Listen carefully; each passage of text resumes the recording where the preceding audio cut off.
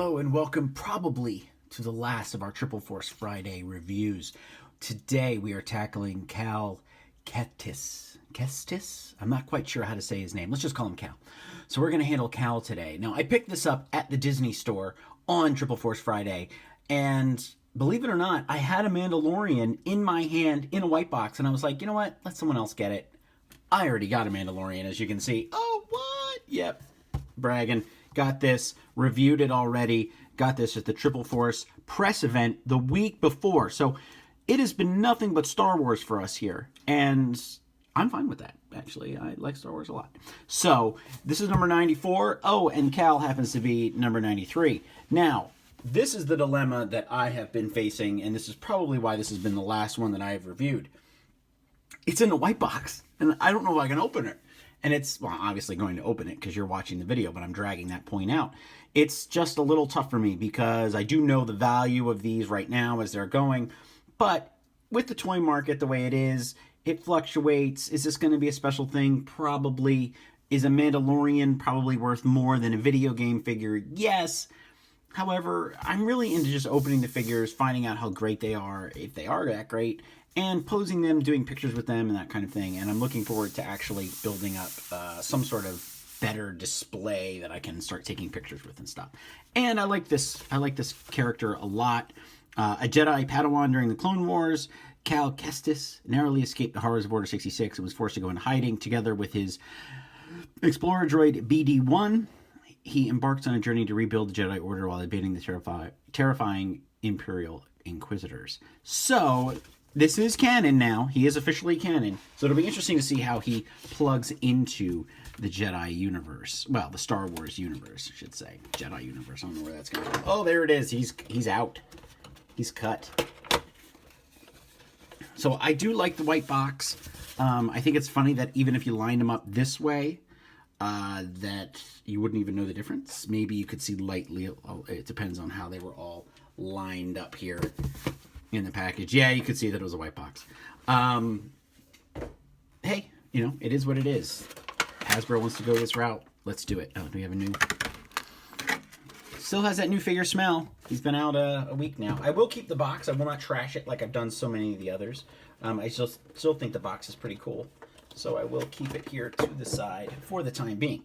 But let's get him out of the plastic coffin. Now, the cool thing about giving them little personal droids like BD-1 here is that actually it's cooler than an accessory and almost a whole nother figure. And wow, he's got, let's bring him in here.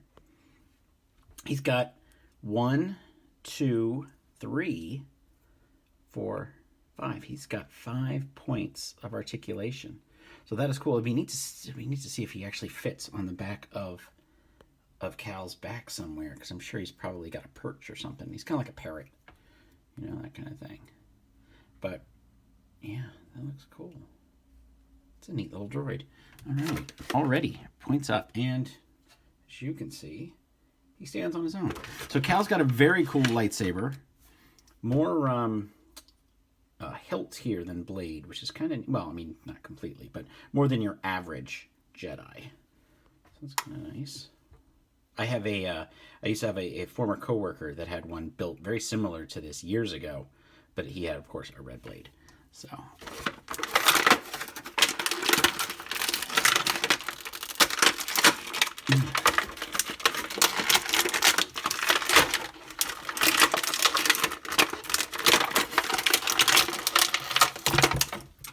Yeah, I don't know if he's going back on that.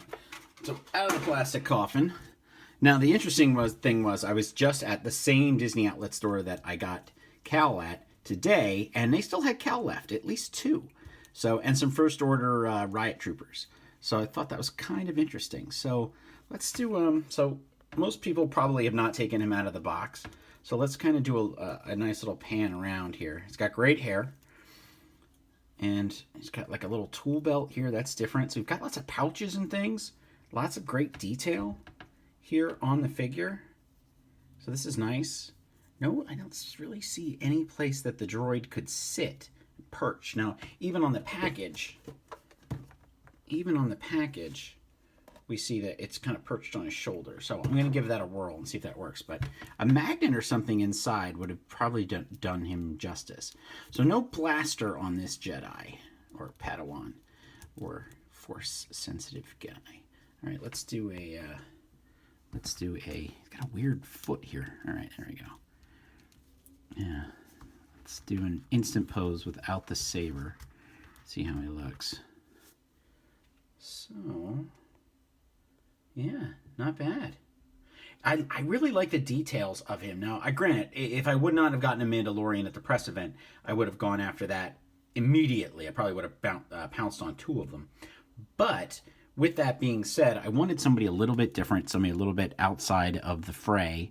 And until we play the video game and see his story, we really have no idea. So I do like the boots. Very reminiscent of Andor's boots from his one figure in the Black Series line. So let's put the blade in his hand. This is a monster blade. I mean, just the hilt alone is huge. So I'm hoping, because of the blade being at the size of it is, that you can actually, and maybe this is on purpose. Let's see if we can get it in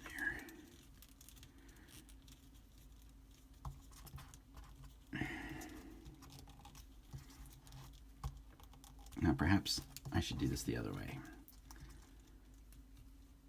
I don't know. Sometimes, like, I always have characters hold it like a bat, but then I always put the hands wrong because of the right and left-handed batting stance. That's how you don't break your thumb. But trying to get that. Yeah, he's tough. So let's. He's fighting me on it. Just be cool.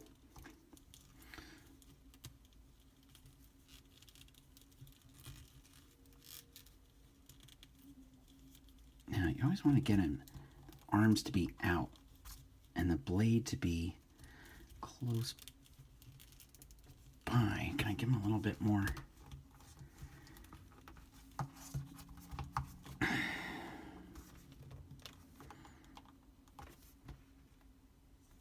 Now, I don't use a stand in my reviews because I like to see if they can stand on their own, even though our surface is a bit curved. A bit curved.